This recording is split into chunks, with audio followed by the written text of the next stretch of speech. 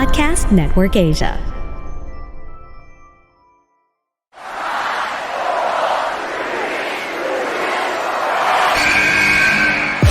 What's going on? This is Xavier Woods, aka Austin Creed. Welcome to the big time! Hello, WWE Universe in the Philippines. This is Charlotte. You know your damn role and shut your damn mouth. Hey everyone, this is Jeff Cobb. I have to finish the story. We are pretty deadly. Yes, boy. Yes, boy. Hello, my name is Ilya Dragunov, the Star. Bang! The sniper is shooting you down. This is TMDK's Robbie Eagles, and you are listening to the Wrestling Podcast.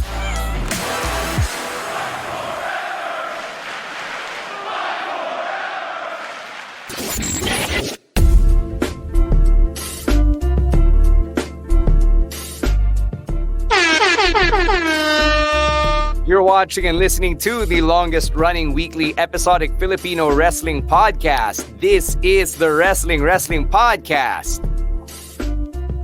Stan C, Ro Moran, Chino Liao, and Emile A.S.H. We've got a packed house. We're also streaming 1/4 of the show on TikTok at Wrestling2XPod. Thank you, Ro. We're always trying new things and innovating right here on the Wrestling Podcast. So as JK is mentioning in the comments, we're so proud to be your Thursday night tradition here in here in the Philippines or in whatever part of the world you're at. Just the first few minutes of the show, because I can't do this at the same time. Like they'll only be hearing 1/4 of the conversation. So after we hit the 25-minute threshold, and after I promote the SummerSlam viewing party, I will close the TikTok special. All right.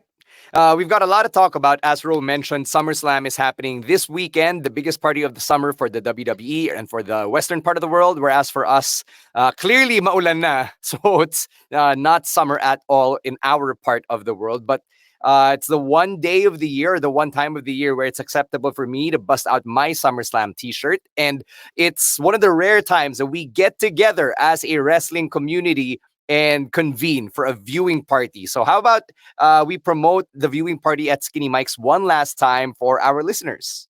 All right, guys. As you know, Sempre SummerSlam now on Sunday morning Manila time. So if you want to watch it, if you're in Manila, if you're watching this on TikTok Live, if you're in Manila as well, and you want to watch SummerSlam 2023 with a bunch of wrestling fans and fanatics and maybe cosplayers, who knows who's going to be there.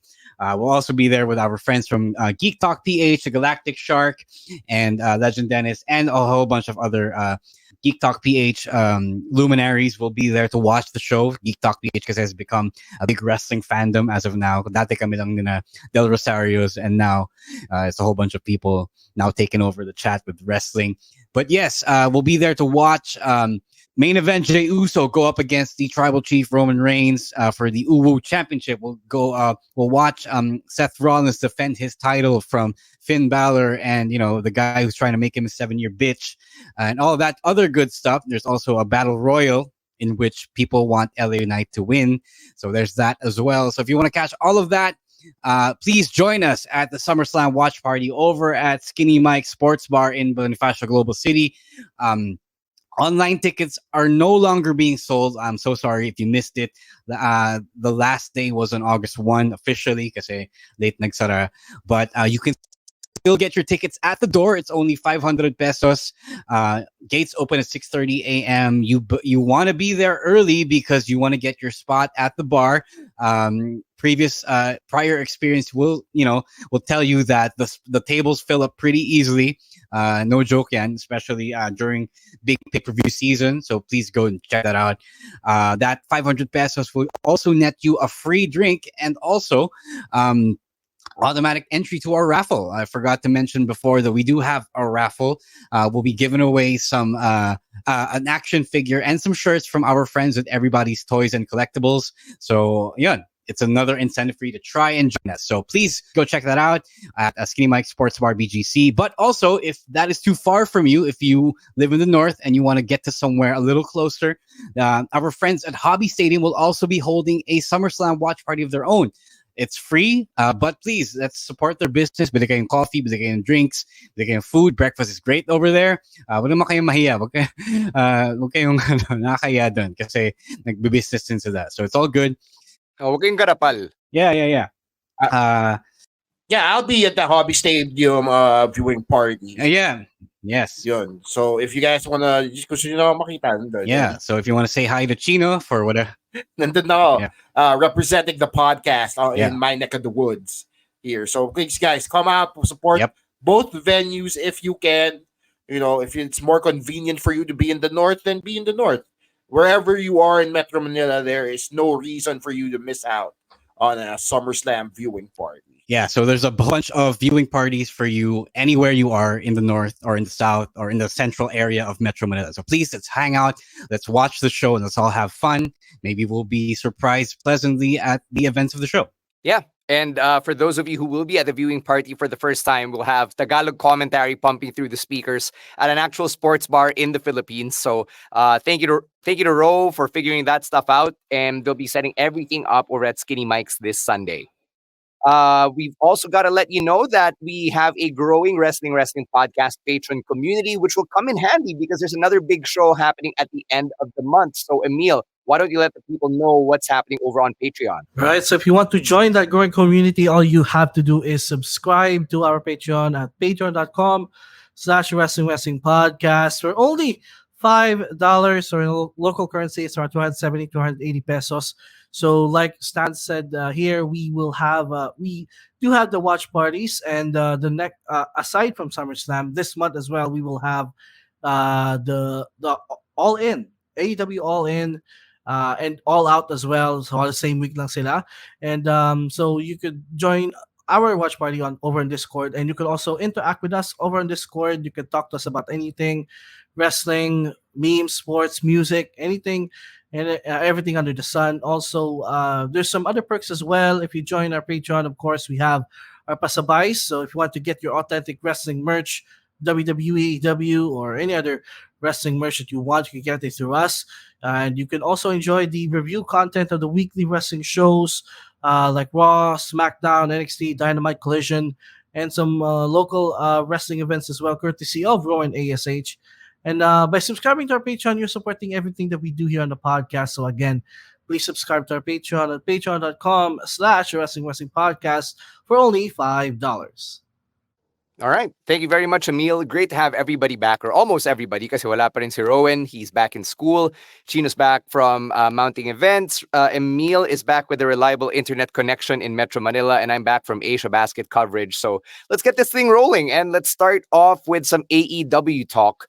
And we're going to kick things off with Dynamite 200, which happened this morning, Manila time. So how about we compare things first, since medyo retrospective din naman yung approach nila with celebrating the 200th episode of Dynamite. Maybe we can compare how you thought of Dynamite when it started in 2019 versus what Dynamite has become today. Let's start with you, Chino. What do you think about Dynamite 200? It was first dun muna tayo sa comparison. Original Dynamite, the Dynamite that first aired however many years ago already, was promised a lot of things to us, diba? Parang it promised an alternative to the WWE. It promised to change the wrestling landscape here. I don't necessarily know kung nagawa ba nila yun. But I can't really say, gun to my head, I can't really say kung nabago ba nila yung wrestling landscape. Yes, I guess na-hire nila lahat ng mga umayaw sa WWE, and that's a good thing because wrestlers need jobs. But then at the same time, I still don't think that they are the status quo that they think they are, na nakakapagdikta pa rin sila in the manner that Tony Khan thinks he can. So I still feel like it's most of the time, Dynamite has been pretty mid for me. Other AEW products, not so much. But Dynamite, because it has to be at par with Collision now, and then Rampage before, and then all the, they used to have all these YouTube shows. Parang dumating na siya sa point na hindi na siya as must-watch as it once was. So, I don't know, man. That's just how I'm feeling about the current Dynamite on its own. Diba? I'm more excited for Collision at this point because the matches were the match quality is a lot better for me, but Dynamite is still Dynamite. It was the first one to break ground, diba? Mhm. Let's say hi to Kurt Jimenez of MWF, one of my stablemates over in the Oro Plata Mata faction. Thanks for tuning in, bud. Ikaw, Emil, what do you think about Dynamite 200 versus the very first episode all the way back in 2019? Very Dynamite, very different na siya compared to what it was when it started. Kasi before it was the only show they have.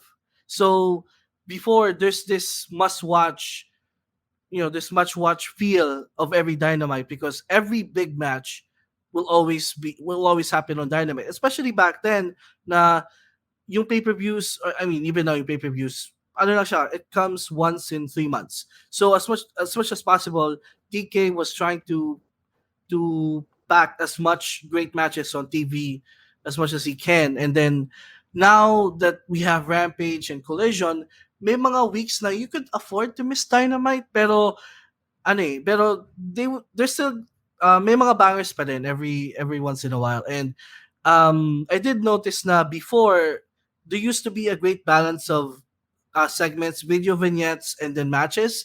Pero since like 2022, where the roster was mas parang bloated na siya, there are some Dynamites where it felt like it was a super indie super card. Na it's match after match after match after match. And yun yung mga weeks na feel ko it's not as parang naboboring ako because because a normal TV like episode of wrestling, it's a great mix of everything talaga, not just matches, because yung mga full of matches, they should be reserved for pay-per-views or special events. So but it's still great na 4 years later Dynamite is still going strong. And lumipat na sila ng network. They're now in a network where mas madami ng tao nakapanood sa kanila every week. No, they're still on the same network, just a different channel. We have to make that clear. Different channel, no? Different channel where ABS Studio 23, parang ganun. Yeah, na mas madami nang nakapanood sa kanila every week. So I'm glad you said that, yung variety of the segments, because there was a time with early Dynamite na it was so hard for me to watch just because parang sobrang breakneck pace siya eh. Like match, segment, interview, match, parang wala siyang breathing room. And I don't know if you guys noticed that, but that was one of my early criticisms of the show and the viewing experience. Parang nakakapagod siya and you don't absorb anything because everything was right in your face and was happening all at once with no wiggle room or breathing room. Ikaw, did you notice any big improvement or decline with Dynamite 200 compared to Dynamite in its early days? Saying hey first to our big boss Ron. What up, man?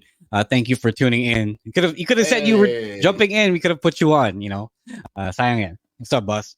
Okay, a lot of interesting points brought up by both you guys and the chat. First, I want to address Leo. Gising said after seeing the book women's wrestling women's division better sign from last week. Tony Khan just made women's championship match a main event. He didn't add another women's match on the show, so he thinks he's. But I can see what he's doing because he's been doing that a lot lately. He thinks that he can get away with the token women's match if it's the main event. He did that on Rampage. He did that on ROH. So no, he's not slick. It's still something that he needs to work on because it's not something that you should take like. If WWE can put on more than one women's match every night, diba? There's no reason for you not to. All right. A lot of things that were said. Emile mentioned that it was an indie super card. I actually agree. If you guys are, okay, I know that you guys read the reviews, but I did write a little while back that I kind of figured out what Dynamite really was. It really is, Tony Khan really books it as a really nice independent wrestling supercard. And there was a point where I said, no, maybe he should just book it that way. Just put on matches for the sake of having matches and not for the sake of having stories. To say it makes more sense and it leaves him, little room for telling bad stories if you just put on matches every week. Because sometimes that's what happens. When you fucking put Pac versus Gravity on a card as a joke, you might as well be doing that. So, as for the difference between now and then, the addition of extra shows has definitely helped yung pacing ng segments on Dynamite. But it's better paced now than it was before. So okay lang din. But syempre, Chino's right. It's also not as story heavy as Collision is. So I have thoughts about how Collision is. We'll get to that later, but on the most part, Dynamite is still Dynamite, and if you like it for what it is, it's not that much unchanged. All right. Just to answer Boss Ron's question here in the comments, is the JAS done? We're about to find out by next week kasi nagtawag ng meeting si Daddy Magic of all people. So that should be something to keep our eyes out for Dynamite 201. Uh, let's talk about the women's division because there was a big change at the end of the show after the token women's match. Hikaru Shida has become the AEW Women's World Champion. Emile, this really throws a wrench into the plans heading into All In because a lot of people were speculating we were going to get Jamie Hayter versus Tony Storm, but now reports are coming out that Jamie Hayter is reportedly more injured than everyone expected. So we might not get Jamie Hayter versus Tony Storm at All In. Yeah, it's unfortunate kasi it should have been like a hometown heroes welcome for Jamie Hayter, pero unfortunately injuries do happen, and it sucks na she's still not going to be cleared by the time all in nasa all in. And pero honestly, I'm fine if Jamie isn't cleared. I'm fine na they gave the ball to Shida because they need something to refresh the women's division, and she's an old reliable, like one of the best talents in their division. So build the division around her, I guess. Maybe I'll give TK again one more chance to maybe fix the women's division booking, and giving Shida the title is siguro it's a good first step in the right direction for me. I don't think you can fix an entire division and its booking just by making Yeah. one person champion. That being said, I think making Shida the champion is a great acknowledgement of what she did nung pandemic era or the lockdown era, where she won the championship in front of zero fans and had to carry that title and the division for an entire year. So, Chino, what does that tell you? It's telling me that they're giving her the Drew McIntyre rub, diba? A thank you, sort of to Shida and all she's done for the company. She really told the line during the pandemic, and while I understand that the Jamie Hayter situation is unfortunate, it also provides opportunity for people in the same spotlight to step up. Diba? Like, see, if we're talking about a London show, Sarayas right there. I don't know if she can wrestle the championship match, but hey, she's right there. She is also British, diba? Make her do the thing and maybe lose to Shida, diba? Make it convincing and give the fans what they want and check all the boxes in terms of a women's match. Ang problema ko lang dito is even if this was the game changing match that everybody wanted, it was also parang too little, too late. Because again, we only got this one match at the very end of Dynamite. It's still a disservice to the women 200 shows in. So parang I don't really know how invested somebody can be in a women's match kung yung women's match ginagawang bathroom break match. Mm-hmm. While Ro tries to fix his internet, let's address the announcement that the Elite made during Dynamite 200, and that is that all of them, Kenny Omega, the Young Bucks, even Hangman, they've all re-signed with AEW, and Kenny even hinted at appearing on Collision. Now, maybe that last part, he's just teasing us, right? And we have more thoughts on Collision, which we can get to in the audio-only version, but this is huge because there were rumors for weeks that WWE was making an active play at Kenny Omega. So, Chino, what do you think about this development, especially since the promotion is literally named All Elite Wrestling? Good for them because the main dude that really started the ball moving actually ended up moving to the WWE side of things, and I don't really know how much Cody Rhodes had to do with the Kenny Omega fishing situation here. Pero the fact that the Elite are staying in AEW just means that AEW gets to keep its franchise talent. Diba? The talent that people actually started watching AEW for, the people who fought for this company to be a thing, diba? Who courted Tony Khan and asked the people to care about their side of the wrestling product.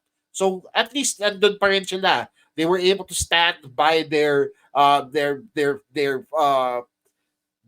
beginnings, diba? Where they kick things off, where they wanted to do things differently. Because for me, if Kenny Omega ends up leaving AEW, just naman siya sa WWE, I'll feel the same way as Cody Rhodes, as I did when Cody Rhodes jumped ship. Diba? Na parang, ba't ka umalis?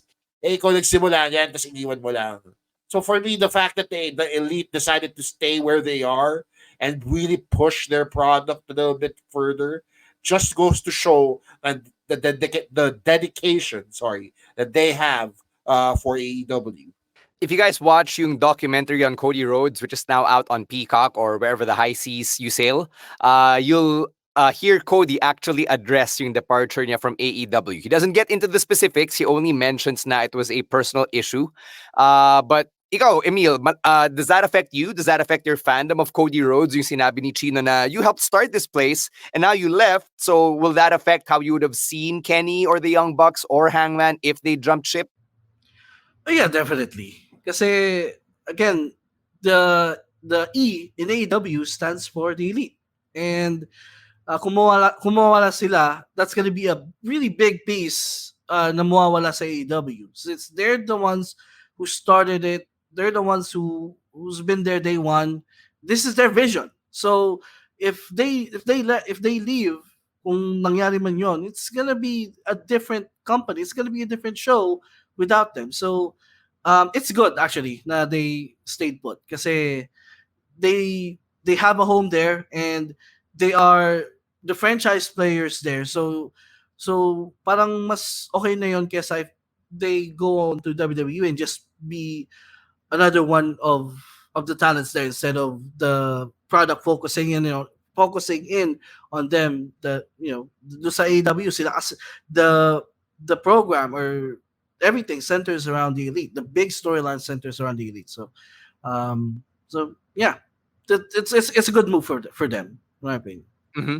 Sabi ni Mikey, one of our OG friends and guests on the pod, he's in the comments. Mikey. He says, hey, they could have just been paid a lot of money, which, totoo naman, di ba? Especially in a world like this where we all sell our talents and skills to the highest bidder. I don't think there's anything wrong with going to the highest bidder. Like, why does he make it sound like mali yun? At the end of the day, maybe it did just come down to a figure. They agreed on an amount. They got the amount that they wanted and they stayed. But at the same time, as fans, you're also trying to think na may integrity tong taong sinusuportahan mo, diba? Because you supported these guys at the beginning of AEW. So, syempre, pag umalis yan, madidishearten ka. Diba? Yes, it's a money matter. Of course, if you look at it that way, then everything is a money matter. But at the end of absolutely is, yeah. Diba? At the end of the day, you also want to think na the people who started AEW also want to see AEW through. Otherwise, magbubuha lang silang pera. And that's what we don't want as fans. Well, the reality is that brand loyalty is really some fabricated concept. Even sa mga careers natin, di ba? Like a lot of you will join a company and say, oh, this is my work family, this is my second home. Pero in reality, if some shit goes down or if you get a better offer, you're bailing and you're jumping ship to whichever company pays you more. So it's just something to think about when you consider, is this person gonna stay loyal with promotion X and X or whatever, diba? So just something to chew on for everybody here. Let's say hi to Mon, the man who dunked on the PBA. Thank you and good morning.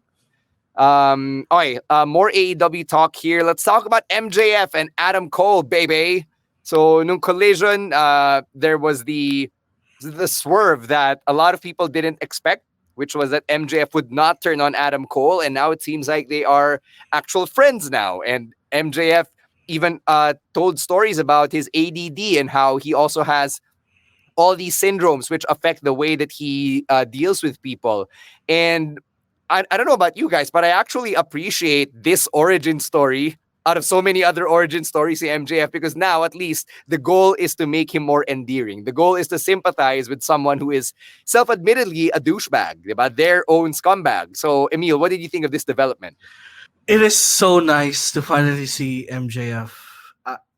This new MJF that we just saw on Dynamite earlier. Kasi, again, this this has been my main complaint about MJF since last year. Na I so want him to have some character development for once, and instead of just reverting back to his heelish ways. Na let's admit he's a great heel, pero nakakasawa na din. Eh. We want something new. We want to see the human side of Maxwell Jacob Friedman, and I'm glad that.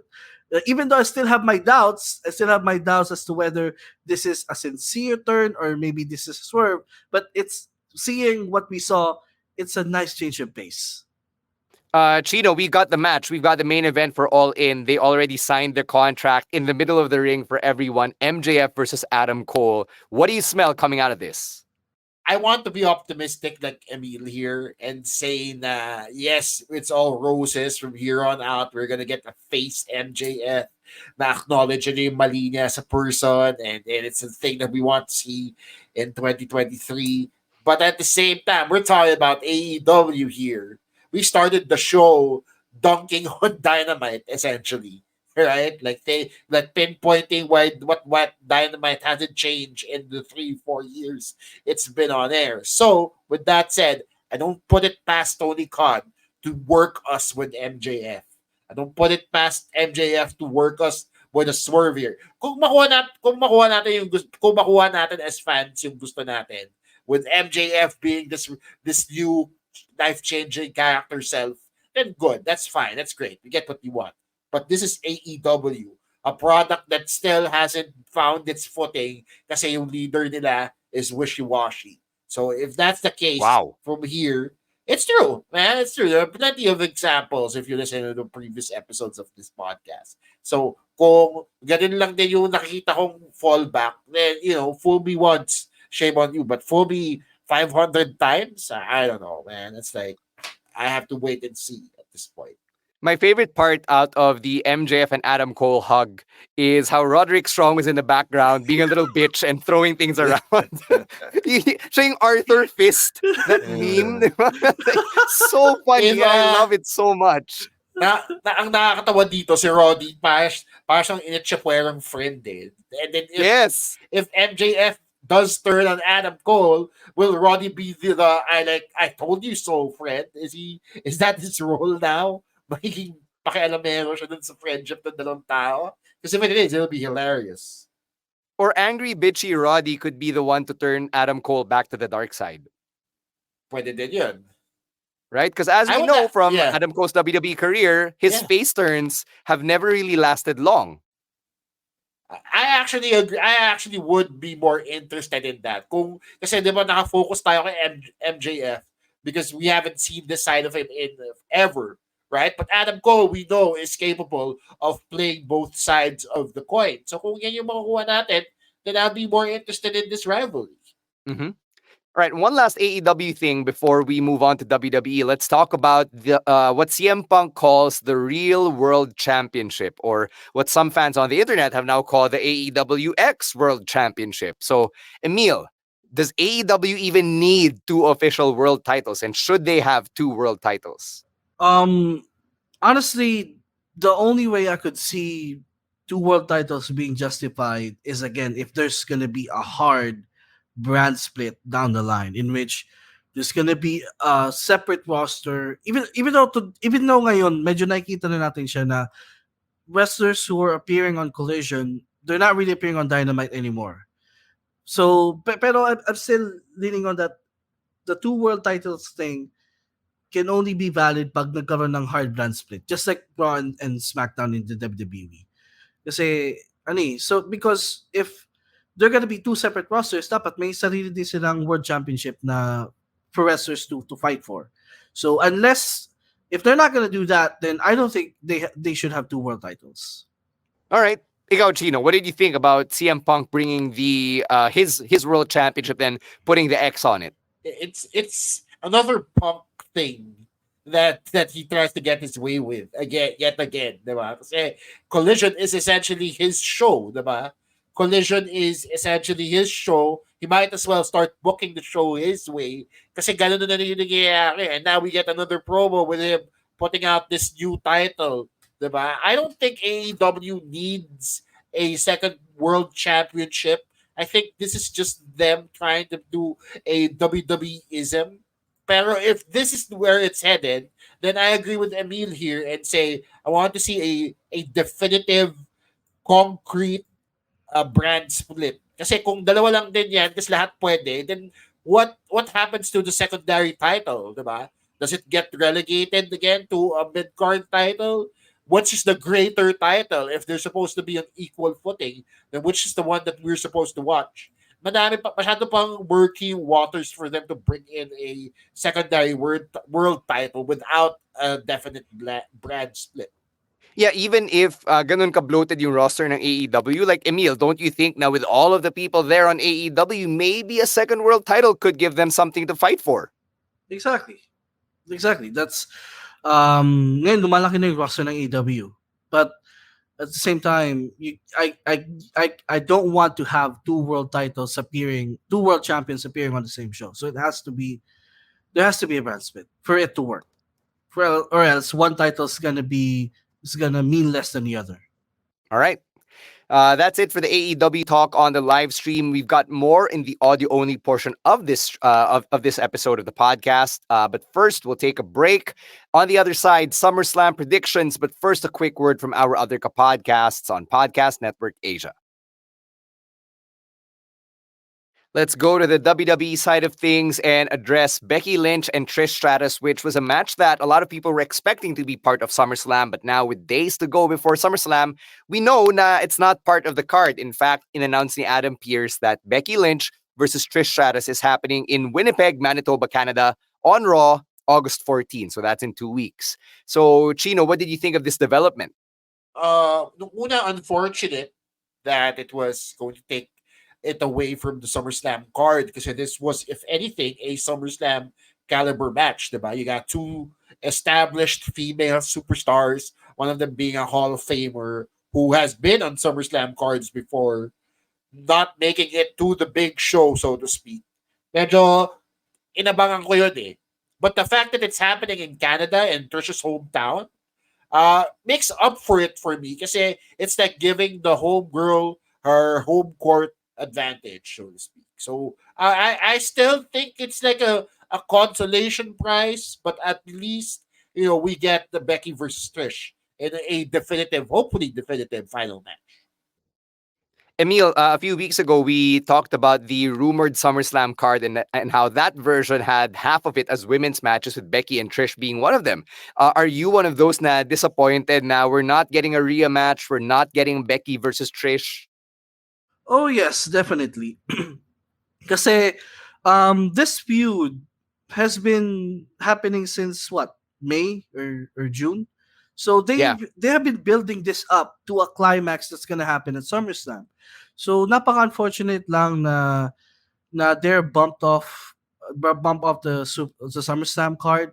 And as much as I understand the principle of the new era of having only 6 to 8 matches sa PLE cards, they didn't deserve to be bumped off of that card kasi this has been one of the major feuds on Raw since the summer started. So parang But here's the thing, Emil, not to cut you off here, but if you say that they didn't deserve to get cut out of the card, who did? Wala naman. Honestly, that's a trick question because the answer is no one deserves it. You know what I mean? Exactly. Yeah. So mahirap talaga. Yeah. It's a hard decision to make. Exactly. That's why I'm not the one who's making decisions there. Pero yun talaga, sobrang hirap nun. Sobrang hirap nun, and I feel sorry for both of them. Pero yun na nga, yung silver lining dito, yung sinasabi ni Chino is that they're gonna get a lot of time for this match on Raw in Canada. Probably this is gonna be the main event of that show. So I'm sure they're gonna have this chip on their shoulder to deliver, to send a message na we deserve that spot on the card, and we're gonna show you that we're two of the best to ever do it here in Trish's hometown in Canada. So that's the silver lining for me out of this development. Home country lang naman. It's Home in country. Winnipeg. Trish Stratus is from Toronto. So magagalit yung mga taga Winnipeg, which is Jericho, Omega, and Don Callis. Yeah. Yes, Mon. Mommy isn't booked for a match at SummerSlam either. Speaking of getting booked, let's get to the card. We've got SummerSlam predictions, and we're going to start right away because Logan Paul needs to get out of SummerSlam fast because he's coming out with Jake Paul during his fight against Nate Diaz on the same night. So, na-rumor na rin to on the internet actually na the show will start with Ricochet versus Logan Paul. So, it's only appropriate na dito tayo magsisimula. It Emil, kind of any has to. Yeah. expectations for this match? Expectations for this match. Honestly, I wouldn't mind Logan Paul winning because he has been losing a lot lately, and I think he's credible na enough to get a win over Ricochet. So I'll go with Logan Paul here, and it's gonna be a show stealer for sure. Mm-hmm. Ikaw, Chino, what do you think of the whole conversation nila na Ricochet's the guy who paid his dues on the indies and the one who's been here for decades and decades, whereas si Logan Paul is just someone who was able to get in the back door because sikat siya? Yeah, no, we talked about this in previous episodes of the pod. Old Chino would say, yes, you are right, Stan. Dapat Ricochet tayo dahil wrestling fans tayo.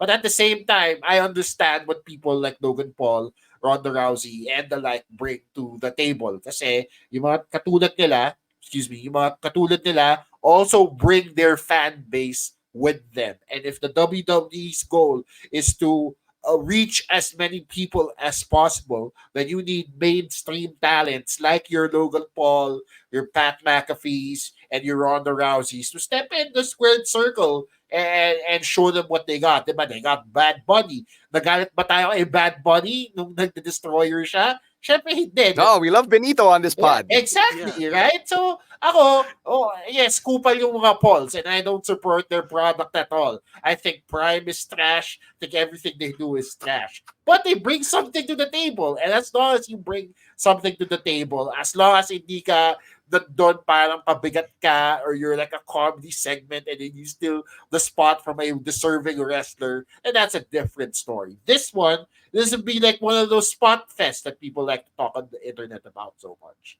Diba? And it's a good way to start a card kasi who doesn't want to see people flying around the ring for 10 minutes or so? And that said, who doesn't want to see anyone throw a punch at Logan Paul? Oh, exactly. Yun pa, diba? Yun pa. You get to hit Logan Paul, one of the most hated people on the internet, and you get to see Ricochet fly around like Logan Paul. Sana lang, ito lang yung gusto ko. If Logan Paul wins, that's fine. I think he's gonna win anyway.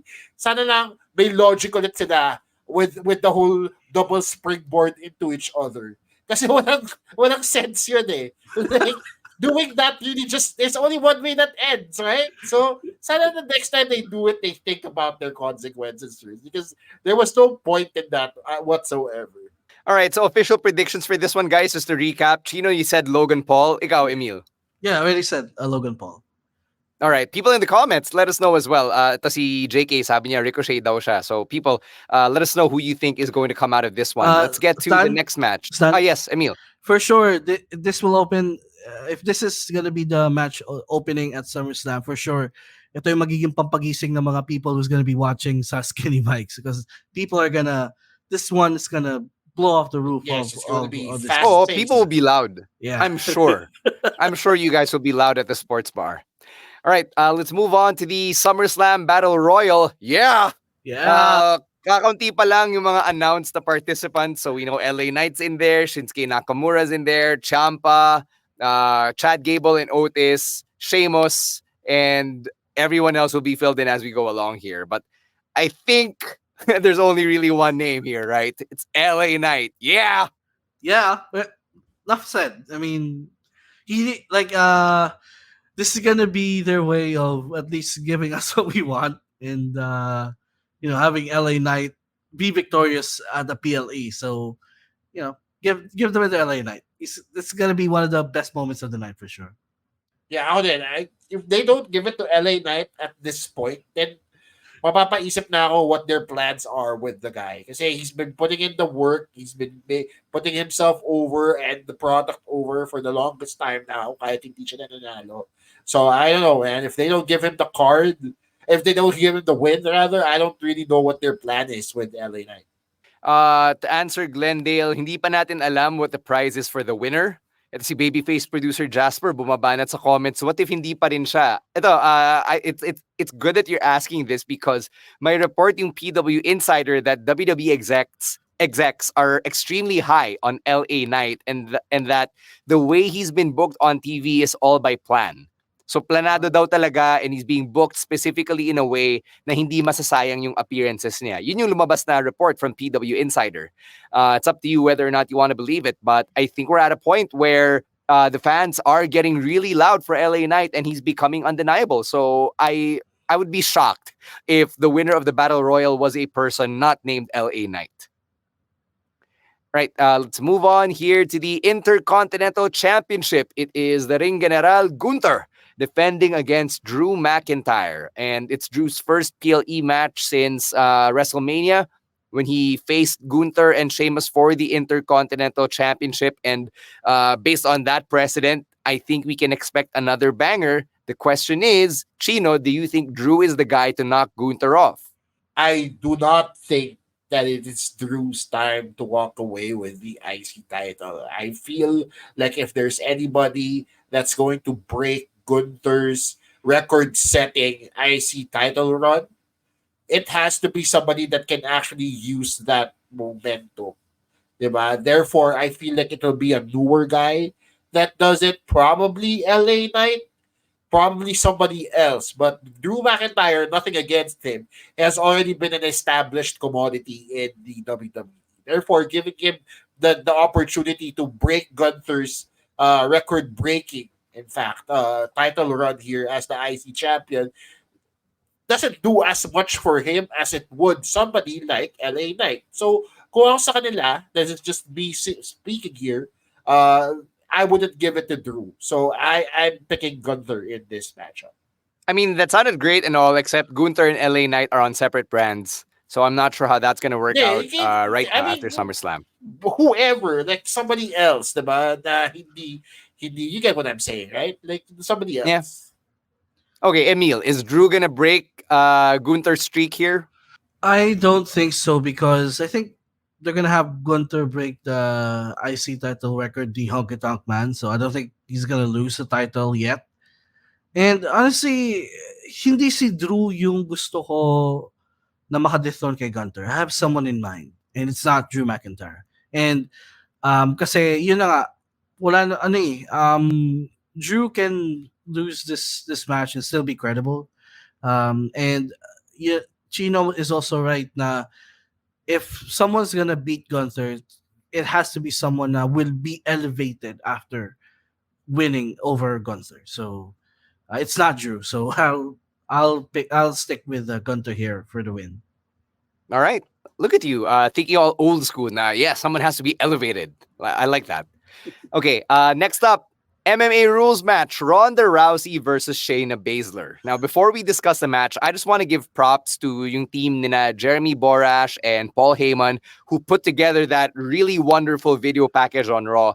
Medyo mahaba siya, mga 7+ minutes, so they had to split it into 2 segments on Raw. But goddamn, that video package was so expertly put together.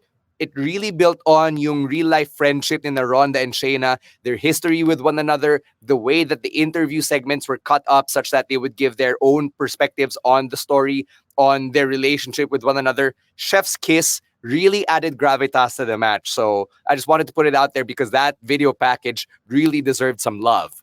That being said, hindi pa natin alam what an MMA rules match is in pro wrestling, other than, I guess, it being straight up called like an actual MMA match. I don't know why they couldn't just do it in the fight pit since that's technically what an MMA rules match. Baka ayaw ni Ronda Rousey, diba? Maybe it's too hardcore for her. I don't know. But maybe an MMA match just necessarily means a fight pit match without the fight pit, diba? It's going to be shooting and without DC. Diba? Shooting without the Cormier. Yeah, exactly. So I don't know, man. If we're going to say MMA rules, then I would like to see it played out MMA style, diba? Ronda Rousey, I don't know if you guys are MMA fans, but Ronda Rousey's MMA game is pretty one-dimensional. So she relies on overpowering her opponents on the ground a lot of the times, diba? That's why she was able to do what she did under the UFC. So sana ganun din yung booking ng mangyari, diba? Like, where she just does that all throughout and doesn't do drop kicks or clotheslines or whatever.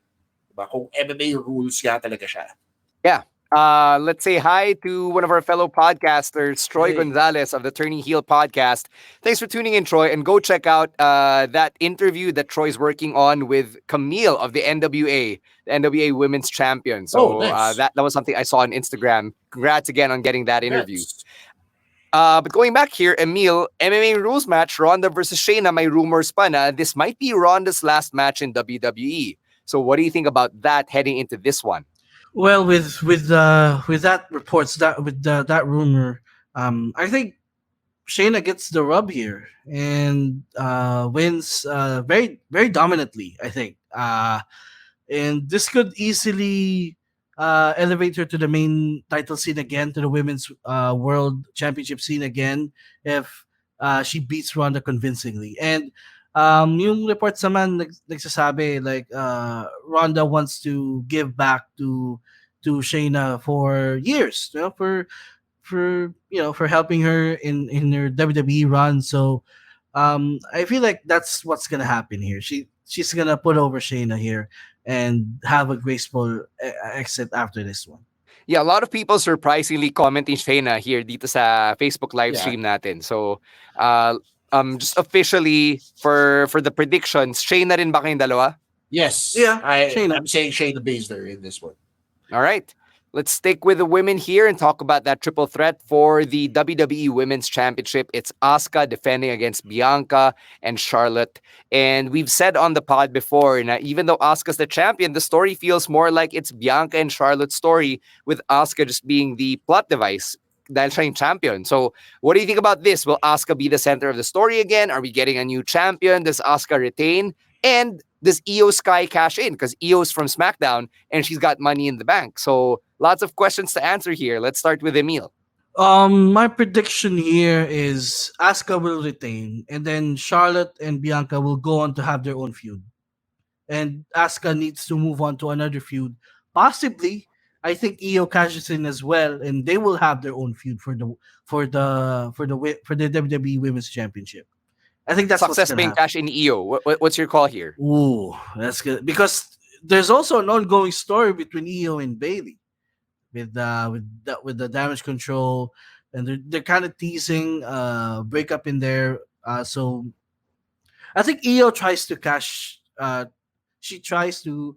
At least what will happen is she will try to cash in. If it's successful or not remains to be seen. Pero no, make a prediction. That's the point of the pod. Okay, sige. She cashes in successfully. Okay, so new champion. Yep, and then Asuka and Io will have their own feud. And then Charlotte and Bianca can now go on their separate ways so that at least yung sa feud ni Asuka, siya na yung nasa spotlight. All right. Ikaw, Chino, rearrange all of these messy toys. I hate to say it, but I can see either Charlotte or Bianca walking away with the title here. It's a triple threat, diba? These things are set up in such a way where surprises can always happen. And we're talking about a triple threat match in SummerSlam. Diba? So they want this to be big. They want people to talk about it. That said, I don't want to think that Triple H and company are doing Asuka dirty. Diba? Since she's already been done dirty by the previous administration here. So I would still want to cheer for Asuka. I'm picking Asuka, but I don't put it beyond them to put the title on either Charlotte or Bianca kahit hindi na kailangan nung feud na yung title. Whether or not there is a cash-in, I will say no, there won't be a cash-in because I think they should wrap up Bailey and Io first before they even tease Io and somebody else. Kasi pag ganun, edi lima na silang nasa title hunt, diba? So, ang gulo na it's kind of been like that for the last few weeks, diba? Nalima silang nasa title diba? picture. Well, kind of is different from actually being five in the pool, diba? So, at least yun, hindi pa naman confirmed na lima talaga sila. It's just if anything, it's 3A and it's 2 and it's 3B. Right? So alam na natin talaga who is in the title hunt, which is itong tatlong babae on your screens right now. And then there's Bailey and Io on the sidelines. So I much rather see them wrap that up nice and neatly before they make Io actually chase after the title. All right. We're down to the last three matches. We're going to talk about the Beast, Brock Lesnar, taking on Cody Rhodes. It is the grudge match, or the rubber match, rather, for these three.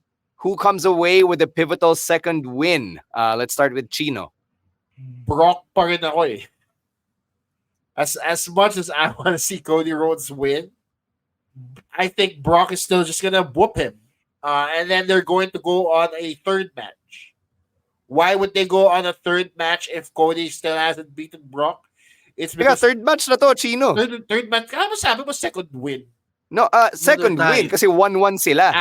Pala. Yeah. Sorry. Third match pala to. Sorry, I misunderstood it. Tama pala. So Cody Rhodes wins in this case. Kasi Cody Rhodes has been spending the last few months being beaten down by Brock Lesnar. And yes, natalo na siya kay Brock. So I feel like if they really want to make Cody a credible contender for the Uwu championship or whatever championship they're going to make him chase after, he needs a landmark win in his career. But I think a landmark win against Brock Lesnar, a rivalry against Brock Lesnar, is a good way to showcase that. So I'm going to say Cody Rhodes. Ikaw, Emile, any shot Brock just manhandles Cody and then makes him even more of an underdog here? Nah, this feud needs to be wrapped up. And again, I will agree with Chino. Cody has to get his win here, and it has to be a decisive win. Unless that they could wrap up the story, and because they have been feuding since April, so it's been what 4 months now that they've been feuding. Except for that 1 month break where Brock was out. So Cody gets his win, finishes the story, and he can go on with feuding with another guy. So Cody here with the win. Yeah, it's all in the service of finishing the story, so he can finish this story, then move on to finishing the other story, which involves Roman Reigns, diba? Yeah. Before we move on to the two World Championship matches, eto na, yung mga friends natin sa comments, they're bringing up names that we haven't seen in a while. Predictions, guys. Are we seeing the return of Bray Wyatt or Randy Orton or any other wrestler that we might have forgotten about who's on the shelf? Someone like a Big E. Pwede. Pwede. There's a possibility. Pwede. Yeah. Which one would you call? I can easily see Orton RKO and Cody after he wins against Brock. Like that to me is something I can predict happening. And then if Orton does want to retire, kasi may mga rumors din dyan saying that he's been wanting to retire after this really long streak of injuries. And then it will be a good send-off for Orton, especially since konti na lang, main niya na, diba? And it'll be a good setup for Orton to go out to Cody Rhodes. But I don't know. That's me being optimistic here. As far as Bray is concerned, I don't know if we're going to see him anytime soon or even at all. Kasi masyado siyang wishy-washy. Not him per se, but the way they've treated the character and the way he's been treated as a wrestler has been pretty iffy from my perspective. So I don't know if this is the time we see Bray or if we even see Bray at all. Mm-hmm. Yeah. After what happened with the Bray character when he came back last year, I really don't want to see Bray back anytime soon. He won't be back anytime soon as well. So I'd rather have siguro if someone's gonna return, I'd rather have it Randy because there's a history there between Cody and Randy rather than Cody and Bray. And they can harken back to that history, and they can feud again, and Cody wraps up that story as well. Then he goes on to the bigger fish, which is Roman. So Randy Orton is a great stopgap before he could get through that. So I'll go the. Grabe, yung Randy Orton ginawang pampalipas oras, no? Yeah, bago siya balik sa path to facing Roman Reigns. All right. Let's move on to the World Heavyweight Championship. It's Seth freaking Rollins versus Finn Balor. Does Finn make Seth his 7-year bitch, Chino? Yes. Because I feel like this is the, correct me if I'm wrong, but I feel like this is the first big feud that Seth's had for this title, diba? And he's been Yeah. promising, diba? He's been promising to make this title great, that he's a fighting champion. Kung matatalo siya right away after his first big feud, then I don't know what that does to Seth freaking Rollins. Like, pretty sure he can recover, sure. Pwede siya mag-recover. Pero it hurts him more than it hurts Finn Balor. Because yung Judgment Day, parang ngayon lang ulit sila lumakas Diba? In my perspective. Ngayon lang sila ulit lumakas from my perspective. And so, giving them the title right away when they're only starting to build steam might not be the best move for the title. Diba? Because we don't know what else Seth can do from here on out. I rather see it with an established champion like Seth Rollins and more than I see it being switched from person to person. So I'll say Seth Rollins from this point. All right. Ito si JK, torn between two winners. So I hope you're not feeling like a fool. Emile, who are you picking here? This might be a controversial pick, but please have Balor win for once here. Why is that controversial, Emile? Because again, the popular pick is Seth Rollins because of all the reasons Chino said. But kasi Finn has been talking all this smack in the last couple of months, and if he loses again, magmumukha na siyang noob, because he has challenged this man over and over again, and di pa niya pa natalo si Seth. So magmumukha siyang kawawa dito.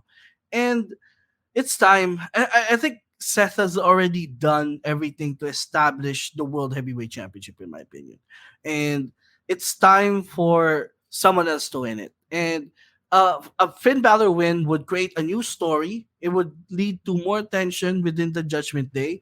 Maybe you could have the storyline of Finn becoming paranoid that his buddy has the money in the bank briefcase that he can cash in on him anytime. So mas magiging interesting yung storylines after SummerSlam if Finn Balor would be the one to leave SummerSlam as the World Heavyweight Champion. For the record, Emile, the comments have been saying Finn more than Seth. So I think Finn's the popular pick in our neck of the woods. But let's ask Ro to break the tie since he's back on the stream. Is this better? No, medyo may lag pa rin. It's like a good few seconds. Is any better? Or that? No, I'm not. No, Well, not fucking really. not. Okay. No. Okay, so I don't think Ro's gonna answer the question then. All right, never mind. Okay. I'll do everything in the audio. Sige. I'm gonna break the tie then since we don't normally leave things unsettled on the pod, lalo na pag predictions. I think it's Finn's time. I think the Judgment Day have deserved it as a faction. They've really made their mark across all of the WWE TV shows. And it would be a great visual to have Finn as the world champion, Rhea as the women's world champion, Dom as North American champion, and then Damian Priest as Senior Money in the Bank. I'm always all in on factions having something to hold, right? Like we went through that row, so it was a great feeling. And to see that visualized with another faction on WWE television, we saw that with the Bloodline and with Evolution in the past. So there's no reason why they can't say, "Oh, let's do it again with the Judgment Day." So I think this is it. I think Finn scratches that 7-year itch and makes Seth the 7-year bitch at SummerSlam. All right. We are going to go to Tribal Combat now, yung main event, or the presumptive main event. It's the undisputed WWE Universal Championship and the recognition of Tribal Chief on the line. So whoever wins this match gets the ulafala, or the lei that Roman Reigns has been wearing for over 3 years. Chino, is Jay the one to knock off the only one? I don't know. I really don't know. I don't know. I want to say yes, but there's kasi pag nag-yes ako, there's still a part of me that's saying no diba? Kasi yes, he could use the breaking the record-setting title run of Roman Reigns, diba? Yes, he could use that, but at the same time, there are bigger fish in the WWE sea. But we were just talking about Cody Rhodes. What happens to that part of his story kung natalo ni Jay si Roman Reigns? Diba? This whole time, nag-start siya from WrestleMania of last year. So kung matatalo si Roman Reigns, then there's no reason for Cody and Roman to have that rematch that he's been clamoring for a year. Diba? So I feel like this makes this does a disservice to Jey Uso, making him lose to his cousin yet again. Kasi it doesn't benefit his character arc for him to lose to Roman Reigns kasi predictable na yan. Nakita na natin yan. Diba? But then at the same time, I don't think Roman is losing to Jey Uso kasi nga we have the other plot point that I mentioned. So I'm saying Roman Reigns. Okay. Emile, ikaw. I have watched enough WWE in the last 3 years to not put any hope in myself that Roman's gonna lose. I've been burned by this so many times, especially in the last year where I thought, Sami Zayn is gonna win the title, or Cody Rhodes is finally gonna finish this story. So I've had enough of that. So I don't wanna put any expectations in a Jey Uso win. Plus, I think Jay already got his revenge. He already beat Roman on Money in the Bank. For me, that was the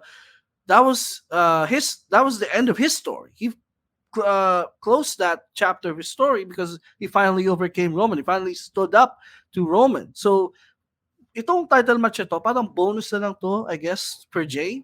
But I don't think he's gonna win over Roman. I just don't think it's gonna happen. If Cody didn't win over Roman, if Sammy didn't win over Roman, if Drew McIntyre didn't win over Roman, I don't think Jey Uso will win over Roman Reigns.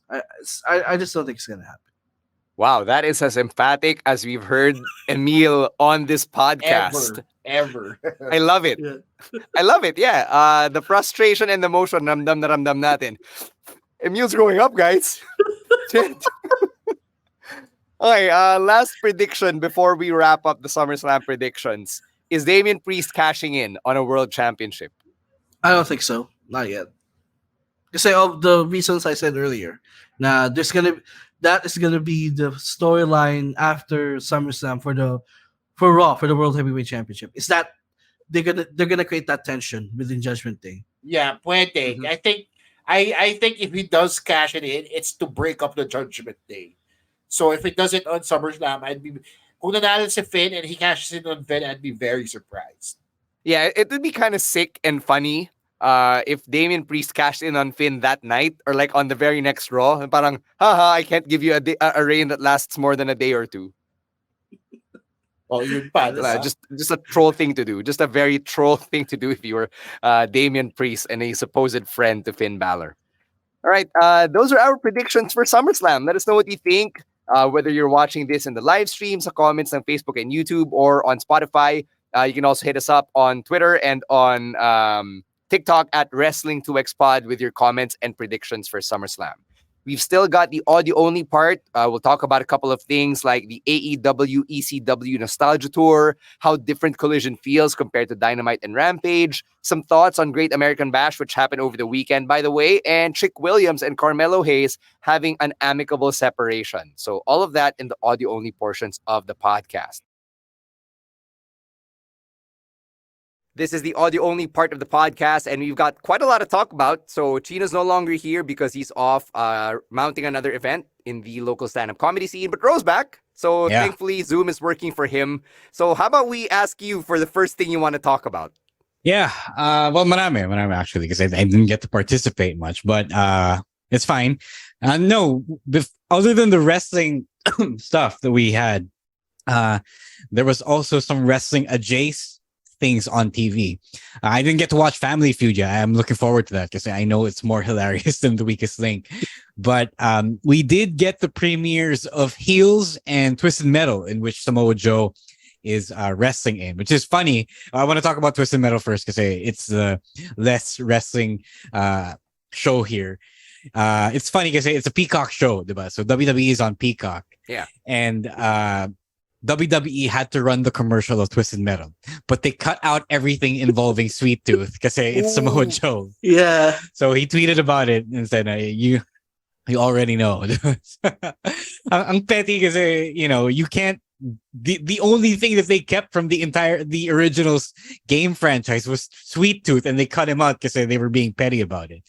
Parang, I Peacock or NBC should have made him run it because it's not like Samoa Joe is not a WWE entity. You can still watch him on the WWE network, diba? And on Peacock itself, diba? So that's messed up on their end. Yeah, saka medyo unfair lang because if I remember correctly, when there's a pag may movie or series si John Cena, I remember I think it was Peacemaker or something. They would show the commercial on AEW programming. So you can't cut John Cena out of a Peacemaker promo material because he shouldn't need that. So, like Samoa Joe is also Sweet Tooth. I think is also a big part. Yeah, so it's good.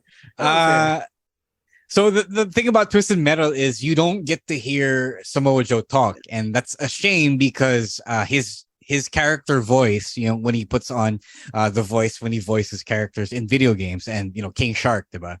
Bagay siya dun, like kasi he's deep and gruff and can be very menacing and vicious. So it's a waste that they put Will Arnett as the voice.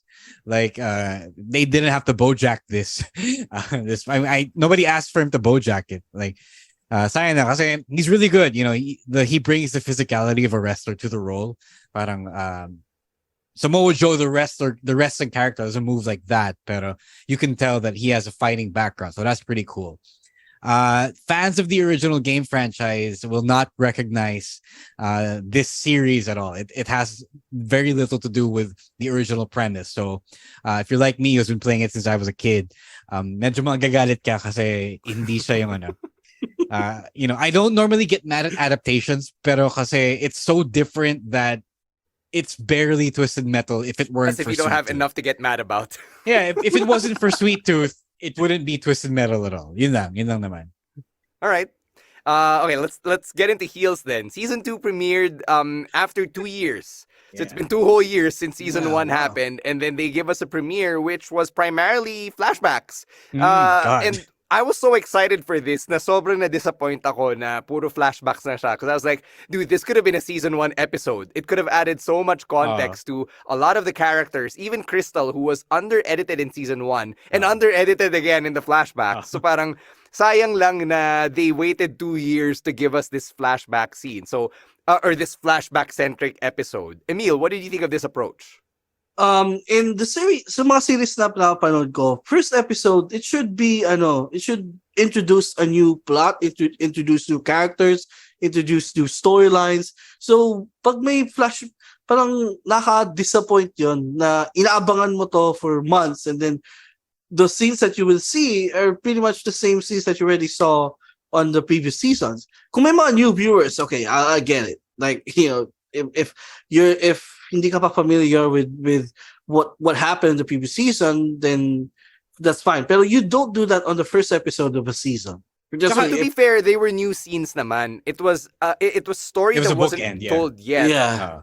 But in the form of a flashback. Hindi siya flashbacks of things that we'd already seen. Just to be clear. Okay, got it.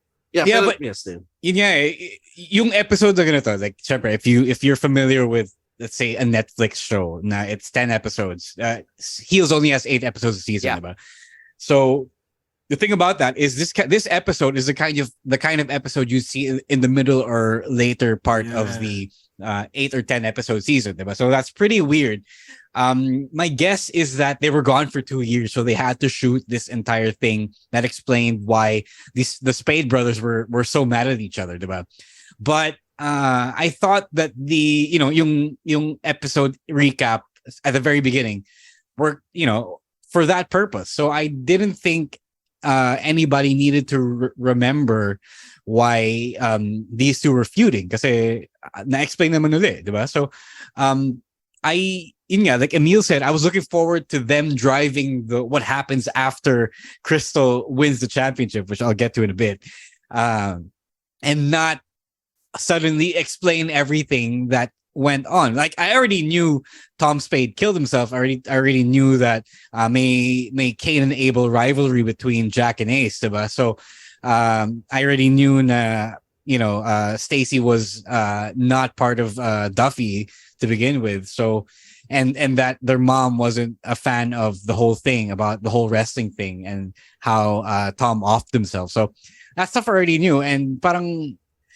no, I feel like, okay, now that I think about it, I feel like this was a continuation of season 1 na somehow hindi nadagdag sa original season.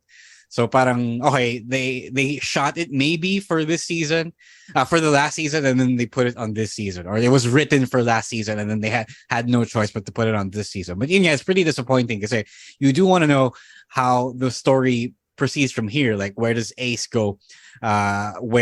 Where the entire DWL goes after anybody can just grab the championship off a ladder, even if you're not participating in the match, which Charlie is completely right about. I'm on his side here because in what wrestling universe is that allowed? Diba? Like, he is the Kevin Owens of the show because he is the one watching the show and following the rules and the tropes. Diba? So he's totally right there. And the DWL looks small. Although, syempre, it's not, they didn't plan that at all, but they do look pretty stupid now after that. Couple things on Charlie Gully. First, he's played by Mike O'Malley, who you may remember from Guts or Global Guts if you watched Nickelodeon in the early 90s. He was the host of that show. Second, he's the executive producer and the writer of this first episode from season 2. So what Charlie Gully says is actually correct. Then I will also admit, diba, from a wrestling promoter standpoint, tama si Charlie Gully. But the way he approaches it is also very toxic. Like it's very much similar to how our promotions here used to bicker at one another in the mid-2010s. Yeah. So when I saw that, once again, nag-flashback na naman ako sa toxicity of the local wrestling scene. Yeah. That was one of the things that I felt watching Heel Season 1. And I saw that Charlie Gully promo. I was like, here we go again. Yeah. So, that's all we'll say about that. Yeah. I mean, okay, going back to heels, all we know in the present timeline is that Jack doesn't know where Ace is. Ace has moved away from Duffy, Georgia, and Crystal is happily the champion of DWL and gets to make out with Bobby Pin kasi magjowa sila, and God knows what else. So we'll find out this weekend when episode 2 drops, wherever you find it. All right.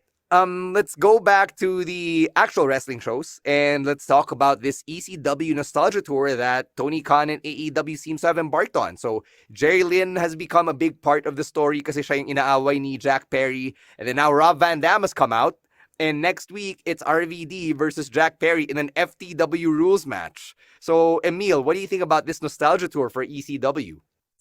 I don't know, kasi ECW has been revived in so many, like yung concept or yung mga nostalgia things of involving ECW has been done so many times since the promotion closed in 2001.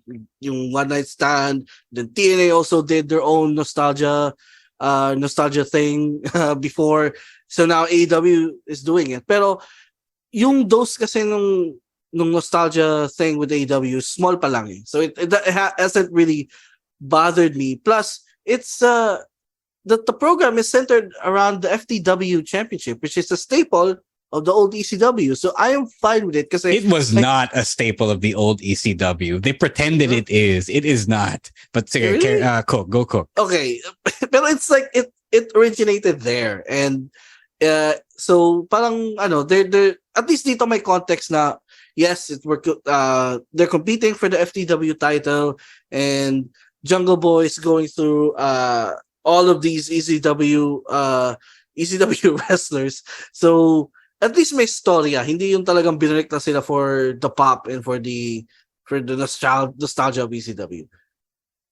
Yeah. So you have the advantage of youth on your side and the fact that you started watching in the late 2000s. Yeah. So if you were a early 2000s baby like we were, you have seen this is the third ECW reunion or maybe the fourth ECW revival that I've seen. So merong yung WWE ECW, which started in 2005, and then they did the Impact thing around 2010. around that time. And then I believe Tommy Dreamer did his own thing, House of Hardcore. Yeah, House of Hardcore. Yep. And then now AEW felt the need to do their own ECW revival as well. To your point, the FTW Championship was not a staple of ECW. That was like Taz brought out a few years back. It was something that he made up just to prove that he was a badass. Because I believe he wasn't champion then, and then he wanted a championship of his own. So it's pretty much the same function that you see now. It's not an official championship. And because of that wrinkle alone, it is already less in value to me, at least. I don't know if any old school ECW fans think it's valuable or prestigious, but the fact that it's not officially recognized and it's just like a made up title for funsies, not a thing. As I was talking about in the pre-show noong TikTok, when I was TikToking live kanina, a couple of people asked about the appearance of Rob Van Dam in AEW, and it's just it's I don't need this anymore. Like, yeah, it's my third one to see on cable TV, and I don't see the need why they did it again. I say the ECW in WWE was like less than 10 years or a little over 10 years after the prime noong mid-90s. So that okay pa yun kasi most of them were still, pretty okay. Sabu was still pretty functional as medyo an old wrestler. I think he was in his 40s at that time. And noong Impact thing, it was okay then. Medyo okay pa kasi it was the tail end of the 2000s and they still could go. And then syempre, the Dudley Boys were still okay then. They were still pretty spry for medyo old guys. And then now it's 30 years after the prime of ECW. I mean, like, I think it's 30 years to the year that Eastern Championship Wrestling became Extreme Championship Wrestling. Somebody will have to fact check me on that, but it should be thereabouts of 30 years. So who still wants to see this? Like, yes, RVD is over, but it's old RVD. Like, why are we pretending that the old ECW still matters? So, like, I don't think this is the story that you need to put Beethoven Jack Perry here to get himself over as a heel. Parang, who wants to see this? I mean, like, I don't even think the kids who didn't grow up with ECW want to see this because, Rob Van Dam is old. I mean, I'm sure he can still hit his signature spots the same way Jeff Hardy can still do that. But it's also kind of sad because now I know how the oldies. Well, even back then in the 2000s, when the oldies would appear on WWE television to get RKO'd by Randy Orton, medyo pathetic na tingnan, actually, to be honest with you. Pero may amor pala ng konti from the fans, right? So now that our favorites from our childhood are fucking old now, like, it's kind of sad. I don't want to see this anymore. Yeah, it's very interesting that AEW is doing this when one of the things that AEW wanted to do to stand out from WWE is that this is the platform for younger talent to shine. This is the platform for yung mga indie stars to rise and everything. And I get it. The plan is to elevate Jungle Boy. Pero sige, after this, itutuloy pa ba nila to? Is Sabu gonna show up? Is the Sandman gonna show up or whatever? Syempre, di natin alam, di ba? But that's one of the reasons why I'm not as high on this, just because AEW already has something with being the showcase or the stage for these younger talents, yung mga talents na hindi nagkaroon ng opportunity sa WWE to showcase their skills. And then, to have this spot for a nostalgia tour, it kind of goes against what they originally set out to do. Yeah. I don't know. It's fucking sad because I don't know why they thought that ECW was the way to get Jack over. Parang they already had the right idea when they first trotted out the FTW championship, just to, contest it between the young guys and, just do what you do with the international championship, the TNT championship, have good matches with it or do hardcore matches with it only. Just keep it between the current stars and not, huwag na kayo magtawag pa ng retirees. Like, yeah, come on. I don't want to see this. Parang, I don't even think the kids want to see this. But hey, at least RVD gets paid, so I guess that's good. It's never bad. He's getting paid by WWE in at WrestleMania season because they're in Philly, diba? So there are reports that he's being brought in for that. Oh, I see. I didn't know that. All right. Maybe they're gonna go for like a Jungle Boy Legend Killer gimmick, probably. Okay. Sige. Yeah, if Sure. after RVD is gonna be another legend that he's gonna, it's gonna beat. Maybe that's the way things would go from here. Probably. That's okay, except I think your pool is limited kapag nasa Oh. AEW ka. Yeah. Like, I don't know. I don't want to disparage anyone here, but the pool really is just limited. That's all I'll say about it. Okay, sticking with AEW here, let's talk about Collision. And Ro, you've got thoughts about the feel of Collision about 2 months since it debuted on American Primetime.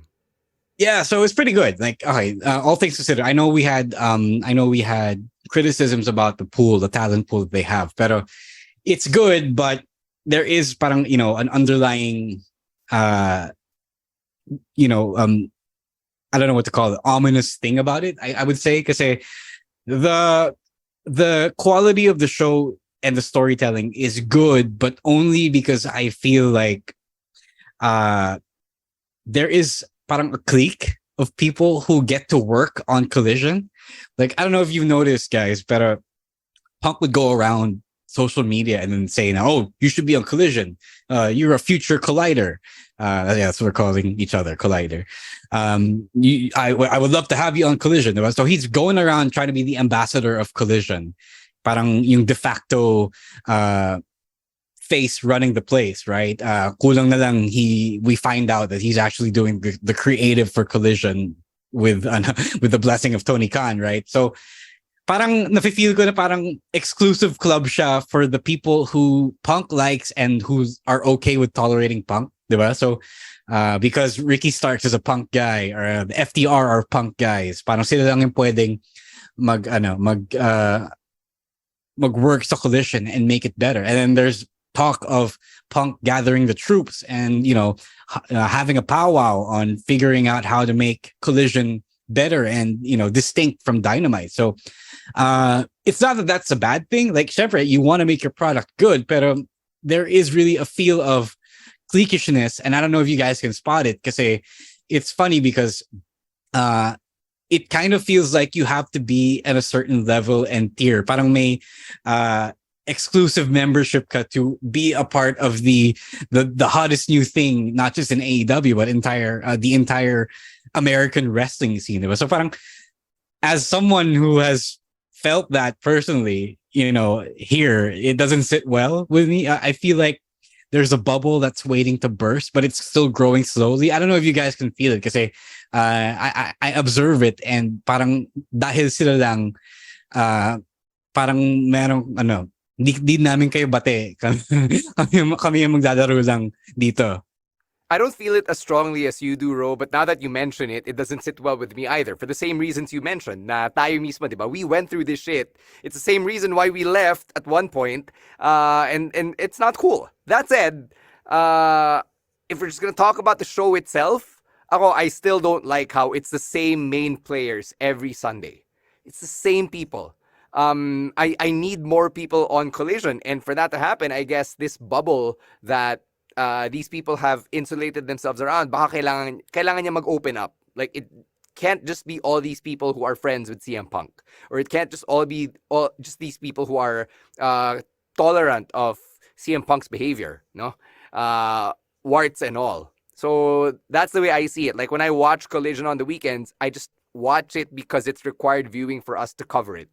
I don't really derive a lot of enjoyment from it because it's the same guys in the same spots. No, okay, Emile, go ahead. You go first. Me? Okay. Yeah, go for it.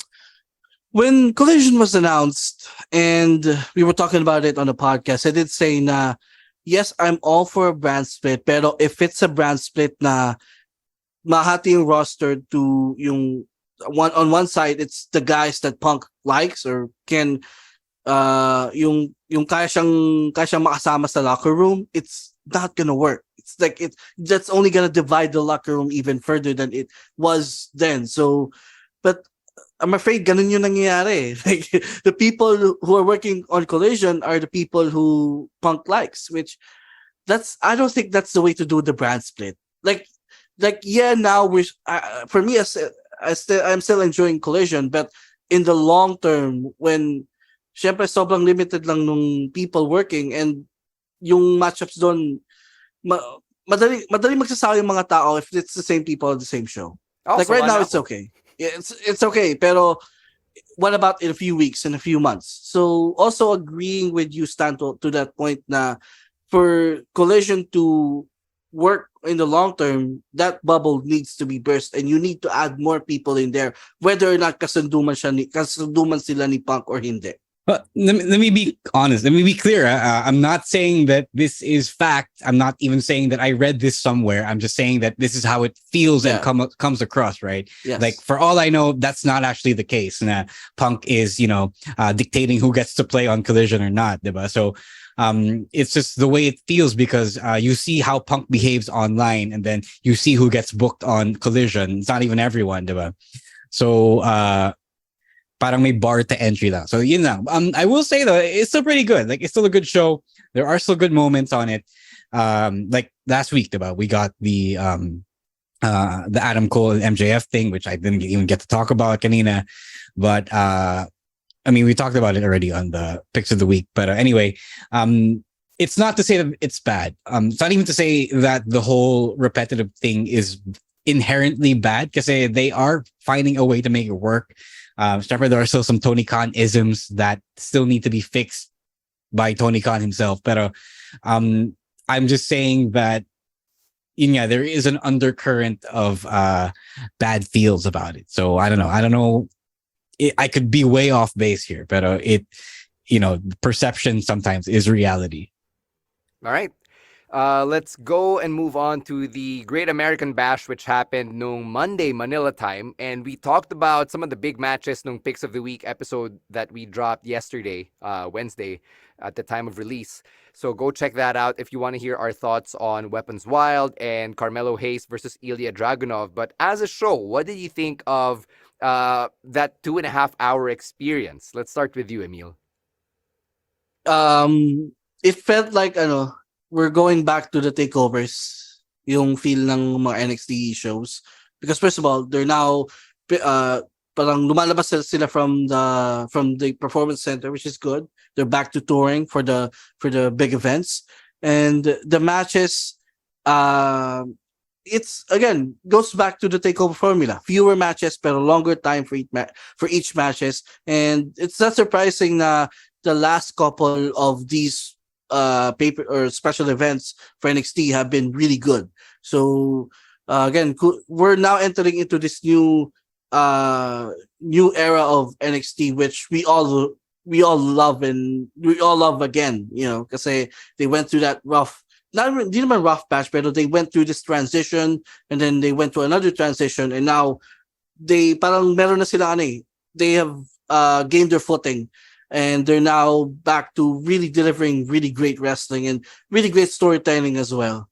Yeah, I was checking the runtime when I was watching it on Monday or on Tuesday, and it was funny that it was 2.5 hours only, and then we got a pretty stacked 5-6 matches. It was 6 matches, and it only ran for 2.5 hours. So that's insane, So there could have been another match or two to fill out the 3 hours, but I am glad that Shawn Michaels didn't feel the need to, do more is more. So that's pretty nice of him. That's a good editing choice on his part. Walang tapon. Halos walang tapon. Even Gable Steveson was okay, even though he got booed out of the building. It goes to show, I think, as mentioned by Emile, which I also mentioned on the review, na we are really back to the black and gold ideals that NXT used to represent, and it's pretty fun. I'm glad that Vince is no longer messing with the formula. I feel like he's also getting what he wants by getting the best of the non-indie wrestler athletes that he signed in nung 2021, 2020, diba? So that's pretty cool. And again, if you're listening to this and you're still not watching NXT, please watch NXT. this is still the future of the company. I mean, if you see the main roster now, like almost everyone is from NXT. Like at this point, diba? More than ever, and that's pretty cool. And eventually, the kids from colorful NXT will replace them one day. Yeah. I want to give a shout out to Gallus and the D'Angelo family kasi sobrang fun nung moment when Tony D and Stax finally won the tag team championship. I forgot when it was nung pinag-usapan natin and we were like, paano may ceiling itong Tony D'Angelo gimmick? And I'm glad that they expanded on his universe. They brought in Stax and Two Dimes, and then Two Dimes died. But Stax was there and they were able to flesh out his story, and now people have found themselves endeared to the D'Angelo family, which made the tag team championship win sweet. And then even yung stable wars nila with Legado has led to this moment on NXT where Santos gets to come back as an old friend. So like, silly as it all is, I just like it. It's a lot of fun. Yeah, it's pretty fun. It also has some of the best storytelling on the entire main roster, in the entire company. I think they have more freedom to tell stories. I think the main roster is still kind of constrained with what Vince wants to do sometimes when he pops in from Zoom, from whatever in Connecticut. Diba? Here, they are doing whatever. Like they're doing weeks-long mafia stories and, with twists and turns. Diba? They're doing the same thing with Schism, right? And the Creed brothers. Yeah. So a lot of that good stuff really cooking there, even if, they're not always the best actors. Diba? So, I mean, the effort is there. And if you guys want storytelling like you claim you do, it's worth checking out. Yes, sir. Thoughts on Thea Hale and what happened to her with Andre Chase throwing the towel, and si Thea, being a petty little girl, decided to throw the towel in then when Andre Chase had his match on NXT. Ikaw, Emile, this seemed to pop you. Yeah.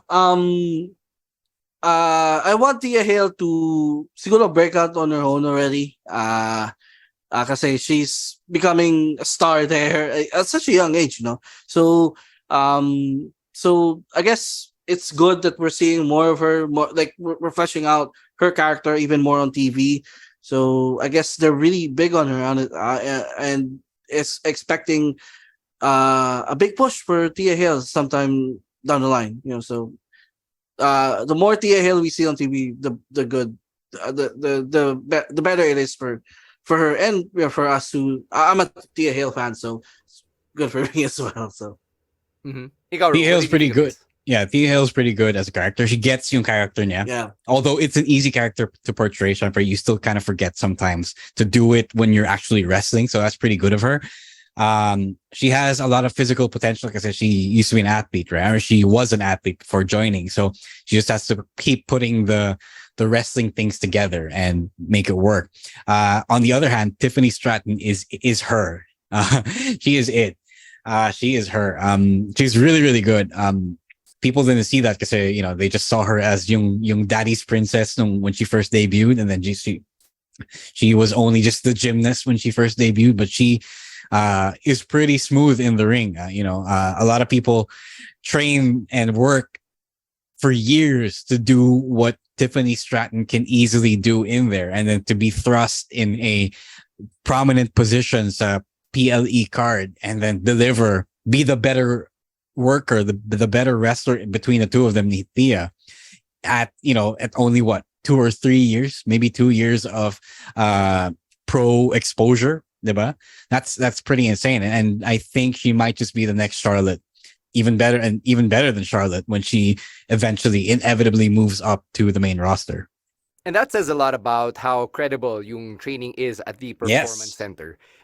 People on the internet like to crack jokes about yung training sa PC and their alumni, but you look at yung mga blank slates, diba? These athletes from other sports who come in, like a Tiffany Stratton, who go out and just blow everyone away with the limited amount of time they've had in the business and how skilled they already are in the ring. It really tells you na grade A talaga yung training in the performance center.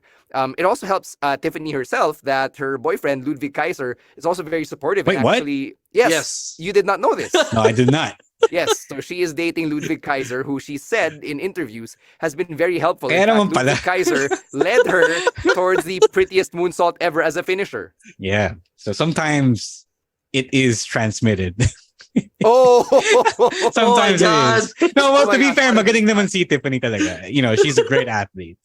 We're not You disparaging anyone here. No, Like, no, I'm all of not. these I'm people not. are absolutely great. No, what I mean by that is, syempre, when you are with someone who is an actual veteran of the game for years, who made his bones in the European scene, talaga matatransmit siya. Okay. All right. Okay. Any other thoughts on NXT and the Great American Bash? Oh yeah. Tawag doon. We talked about this on the picks episode, but just for those who didn't catch it, diba? So, it's great that Melo won because it means that there is a good chance that Edith's moving up, and he deserves to move up because he's been doing this for a long time now, and you don't really need a veteran like him down there in developmental, especially when there are other veterans there anyway, like Ali and Dijak, whoever else, Dana Brooke even. I'd consider Baron Dana Corbin. Brooke. Baron Corbin, Corbin. yeah. So it's time to give the quote unquote kid a chance. All right. So one last thing here is the amicable separation between Trick Williams and Carmelo Hayes. So nakita natin to on this week's episode of NXT where Trick was very forthcoming naman kay Melo na I gotta go after mine. I have to look after my own career. Nung una medyo dense pa si Melo, but then it seemed like Melo seemed to acknowledge yung feelings ni Trick na he didn't just want to be a sidekick. He wanted to rise on his own as a single star. So this is actually very rare in terms of wrestling kasi sanay tayo na when these two guys with big personalities are a team or are a pair, at some point one has to turn on the other. And maybe NXT has learned a thing or two from the MJF Adam Cole story. Yeah, why don't we have more of these in wrestling? Kasi like diba, in real life when you're parting ways with someone or you're gonna go on your separate ways, hindi naman kayo nagsusuntukan, hindi naman kayo susuntukan, diba, before parting ways. So it's a reflection of real life, which I like in wrestling. Real life situations playing out on TV, I'm super okay with. So I just wish we can get more of these na di naman ibig sabihin na tag team pag maghiwalay na mag-aaway sila. So we can do more of these, people with splitting up peacefully and saying I'm going this way, you're going that way, we're still good, so I love this and I wish more of these can happen in the future. Not gonna lie, I thought I thought Trick was gonna turn on Melo kasi galawang pro wrestling brain. And yeah, it is actually nice to have people break up amicably as a team, diba? Like you don't see that every time, but it does happen, diba? It's like, it's like someone asking for a trade, diba? Or leaving a team, diba? So it's not always in bad spirits, diba? Sometimes you just got to do what you got to do, and that's pretty cool. And that is, like I was saying, a sign of mature storytelling down in NXT. Because if this was Vince's brain, Vince would just have Trick turn on Melo again and then have him flounder because he's not that developed as Carmelo Hayes, diba? So and then he'll blame him for not being able to swim, and then so on and so forth until Trick Williams gets released by ADHD Vince, diba? So that's pretty that's pretty good of them to not to try something else and then have Trick try to do his thing and try to step up with this different role without having to do a stereotypical heel turn. Yeah, very refreshing stuff from NXT, and that's why it's still the best wrestling show that people aren't talking about as much.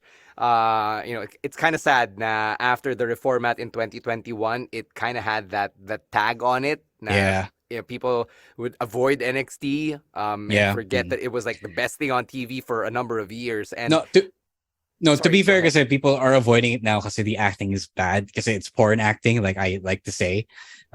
people tend to take the performances as face value, because even though the wrestling is good, it's not like the bloodline acting, so that's why people are turned off. Pero I don't know. I mean, like, they're trying. Not everyone is an actor, diba? I mean, people in the main roster, not everyone can hack it as well. So, sayang, kasi they've been doing some really good work too. And it's not, acting is one part of it. Like, yes, storylines are an important thing, pero it's developmental. Can we not forget that you are literally developing people down there? Yeah. And the best part is, if you follow NXT, mas seamless din yung transition when these people move to the main roster. Like, when someone like a Grayson Waller makes his debut, people like us, we've been new. But for everyone else, they're like, who the hell is this Waller guy? And why is he the Australian Miz? Diba? So, and then people like him. Then, he's actually pretty good, diba? Yeah. So, yun. So many reasons to get into NXT, man. I swear. This podcast is like mostly an advertisement for NXT at this point. Anyway, that's going to do it for the audio-only parts. As always, if you have any comments, you know where to find us. On Twitter and on TikTok, it is at Wrestling2XPod. And on Facebook, Instagram, and Spotify, it's at Wrestling Podcast.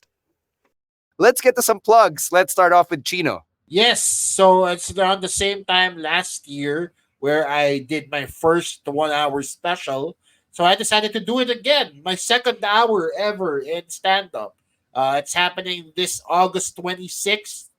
Saturday, 9 p.m., Wicked Dogs BGC. As you can see, I am bringing some friends with me as well.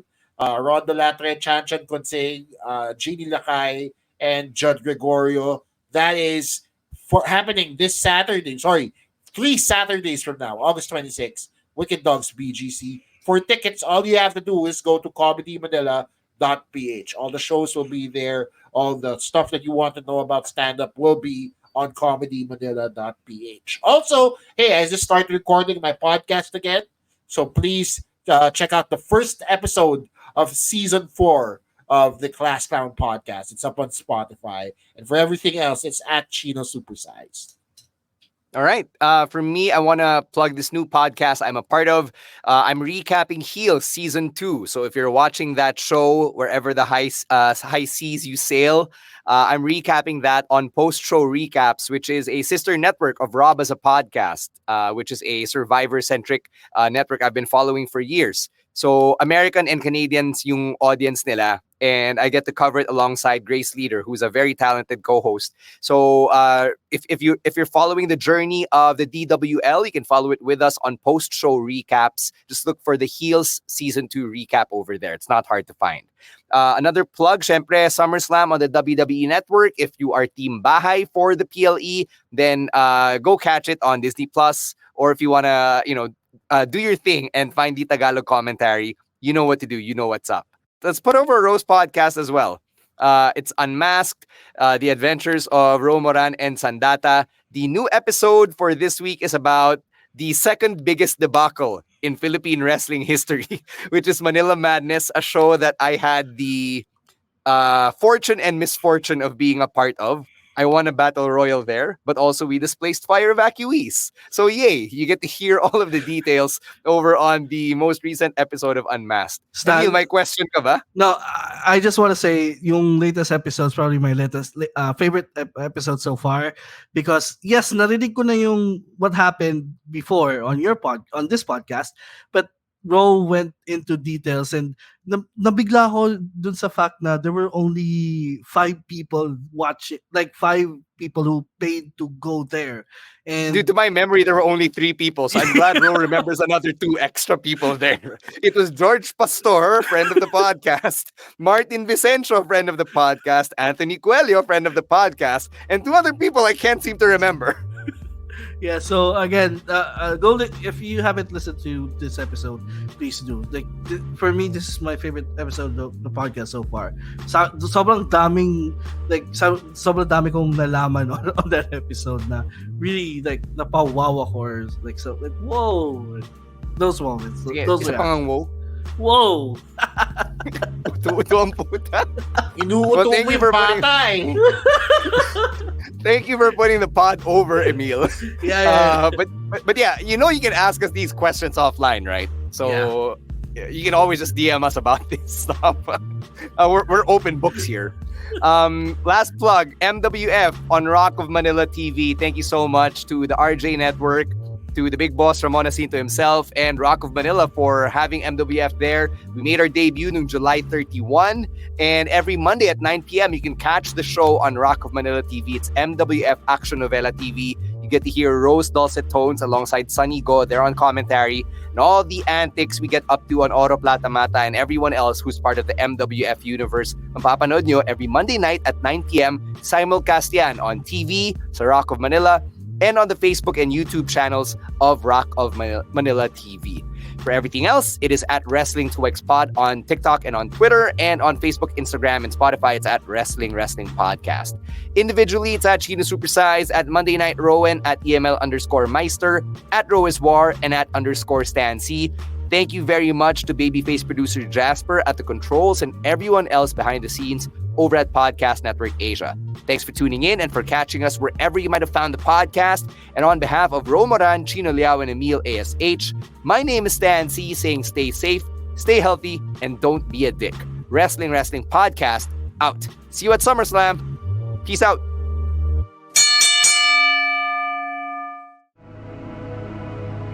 The views and opinions expressed by the podcast creators, hosts, and guests do not necessarily reflect the official policy and position of Podcast Network Asia, the hosts of the program, or other programs of the network. Any content provided by the people on the podcast are of their own opinion and are not intended to malign